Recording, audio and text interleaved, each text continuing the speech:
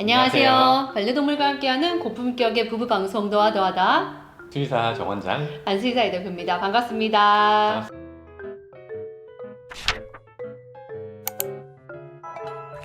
원장님, 저번에 이제 우리가 슬개골 1탄, 네, 슬개골 1탄을 했잖아요. 오늘은 그거에 이어서 이제 슬개골 탈구 2탄, 네, 늘 진행을 해볼 건데, 우리가 1편이 수술만이 답입니까? 라는 그 질문에 대한 답을 해주셨는데, 1편에서 상사기 같은 경우에는 이제 수술만이 답이다. 네. 라고 말씀을 해주셨어요. 근데 오늘은 2편 슬개골 탈구 수술에 대해서 좀 원장님과 대화를 나눠볼게요. 그럼 원장님, 이거 수술이잖아요. 그래서 슬개골 탈구 수술 전에 확인해야 될 것들, 그리고 수술 절차는 어떻게 되는지 좀 설명을 해주세요. 뭐 수술이기 때문에 마취전 검사 당연히 해야 되겠고요. 네, 뭐 꼼꼼하게 혈액 검사라든지 합니다. 뭐 네. 엑스레이, 감사선. 그리고 이제 뭐 다리 쪽 엑스레이도 찍어봐야 되고요. 아, 그러면 심장패 찍는 흉부 방사선 말고 다리 방사선 따로 찍어야 된다는 말씀이시네요. 네네. 아, 네.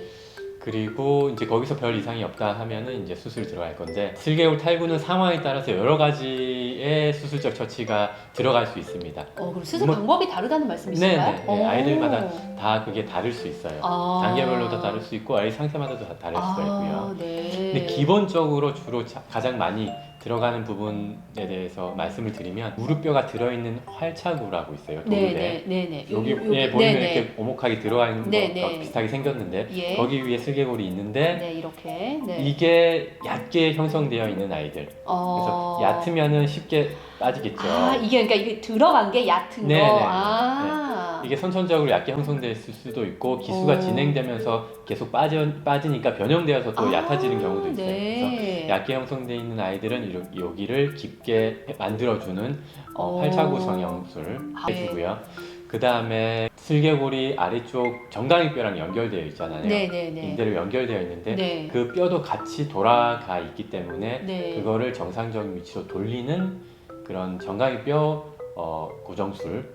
정강이뼈 고정술. 네. 네. 그리고 이제 그 슬개골 주변으로 이제 부드러운 조직들이 있고 인대도 있거든요. 네. 그런 부분 보통 내측 탈구니까 안쪽은 계속 당기려고 하니까 그 부분은 좀 느슨하게 이완시켜주고, 바깥쪽은 늘어나 있으니까 당겨서 이제 다시 내측으로 빠지지 않도록 당기는 그런 시술이 같이 들어가겠습니다. 지금 이제 수술을 맞춤형으로 이렇게 해야 된다라고 말씀을 해주셨어요. 그런데 수술을 할 수 없는 또 나이가 많은 아이들도 있을 거고, 또 수술을 하기 전에 어떤 예방 차원에서 하는 것도 있을 거고, 제가 알기로는 관절 주사가 저희 병원에서 지금 진행이 되고 있잖아요. 네. 관절 주사에 대한 문의가 굉장히 많아요. 네, 그거에 대해서 좀 설명을 해주세요. 네.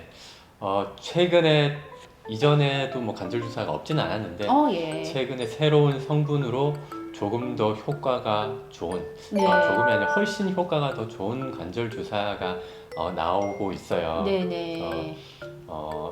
관절 자체에 주사를 주면 이제 관절 염증을 빠르게 낮춰주고 연골 재생에도 도움을 주는 그런 주사들이 있습니다. 그래서 네. 저희 병원에서는 그 슬개골 탈구 수술을 할 때 네. 주로 같이 하자고 권해드리고 있어요. 그래서 네. 수술 직후에 한 번 맞고, 그 다음에 네. 이후에 재진할 때 또 한 번 맞고, 이렇게 두 두 번 번에. 정도 맞추면은 재활 기간도 많이 좀 단축시켜 줄 수 있고, 회복도 네. 굉장히 그냥 안 맞췄을 때보다도 훨씬 좀 빠름을 느낄 수 있거든요. 네. 그러니까 그런 부분도 있습니다. 그리고 또한 수술이 좀 어려운, 마취가 부담스러운, 그렇죠. 나이가 좀 있다든지 그런 경우는 달리 할 방법이 많지 않잖아요. 맞아요. 그래서 이런 관절 주사를 맞춰주면은 그냥 있는 것보다는 훨씬 좀 삶의 질을 높여줄 수가 있겠습니다. 네, 이제 관절염으로 인한 고통을 좀 줄여줄 수 있다는 말씀이신데, 근데 되게 많이 물어보신 게 이거예요. 그럼 그 주사 맞으면 슬개골 탈구가 안 되는 건가요? 이런 질문들을 많이 해주시거든요. 네. 근데 그거에 대해 좀 확실하게 말씀을 해주시죠. 네. 슬개골이 탈구되는 건 사실 교정은 수술적인 방법밖에 없어요. 하지만 그게 안 되니 그걸로 인해서 계속 통증으로 아파하고 삶의 질이 떨어지는 거를 주사를 맞춰서 그런 통증과 염증을 줄여주는 거죠.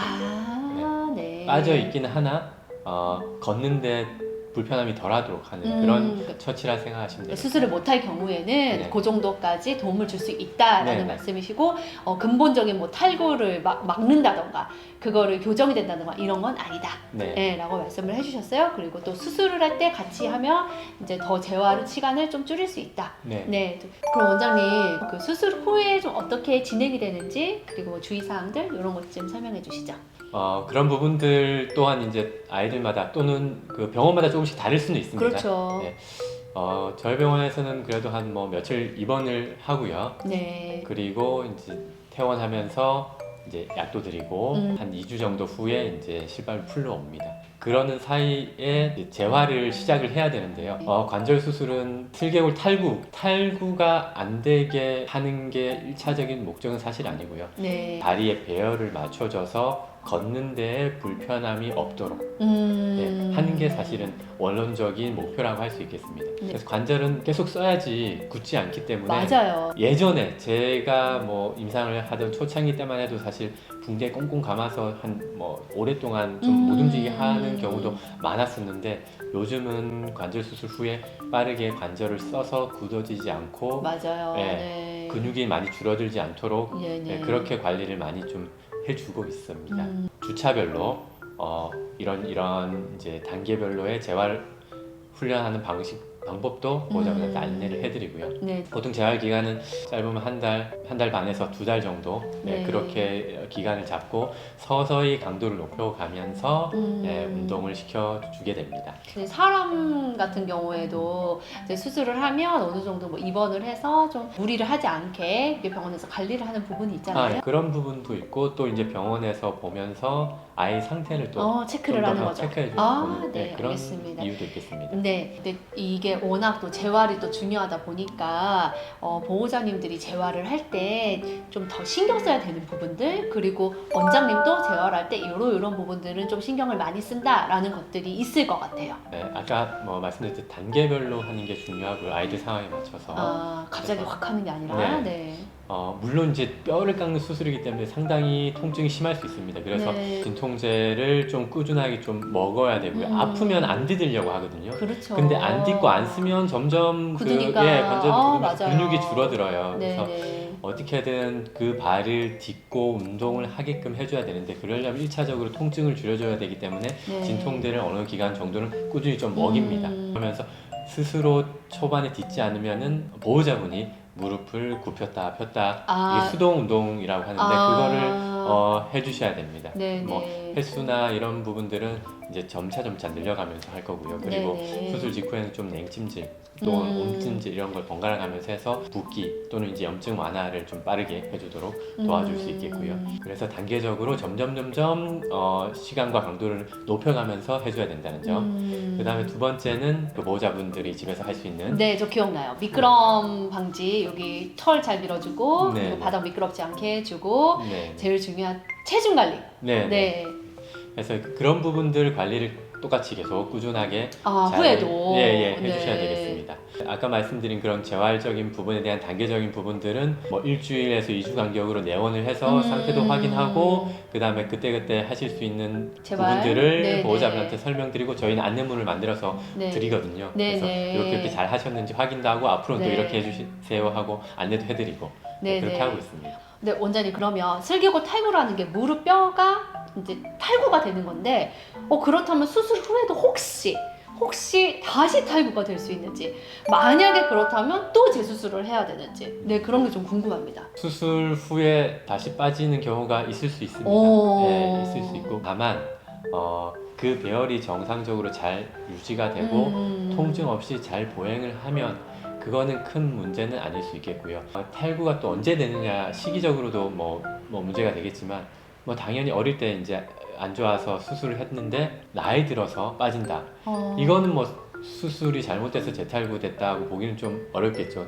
그렇죠. 당연히 이제 나이가 들어서 관절을 그만큼 계속 쓰니까. 다리 쓰고 하면 또 다시 인대가 또 늘어난다든지 할 수 있기 때문에 그런 부분들은 이제 그때 가서 상황에 맞게 하면 되고요. 그리고 탈구가 된다고 꼭 다 재수술이 필요한 건 아닙니다. 그렇게 살짝 빠졌다가 들어왔다 하더라도 잘 딛고 다니고 몸에 크게 문제가 없으면은 관리하면서 지내볼 수 있겠고요. 하지만 탈구가 되면서 다시 보행 장애가 왔다 다리를 들고 다니거나 저르거나 그렇다면은 재수술도 고려를 해봐야 되겠습니다. 다른 뭐 수의사 원장님들도 하시는 말씀이 슬개 탈구 수술을 많이 하지만 하면 할수록 어렵다, 힘들다. 네, 그렇게 말씀하시는 분들도 많아요. 그래서 결코 단순한 수술은 아니다라는 점. 그리고 네. 무릎은 관절은 계속 사용하기 때문에 이거를 지속적으로 끝까지 잘 유지하기는 정말 힘들다. 그래서 관절염은 슬개골 탈구가 있든 없든 나이 들어서 올 확률이 높습니다. 하지만 네. 슬개골 탈구 수술을 한 아이들은 그런 정상적이었던 아이들이 관절염 오는 시기보다 좀 더 빠르죠. 그렇죠. 네, 일단 관리가 굉장히 또 중요한 부분이 되겠습니다. 아, 그렇습니다.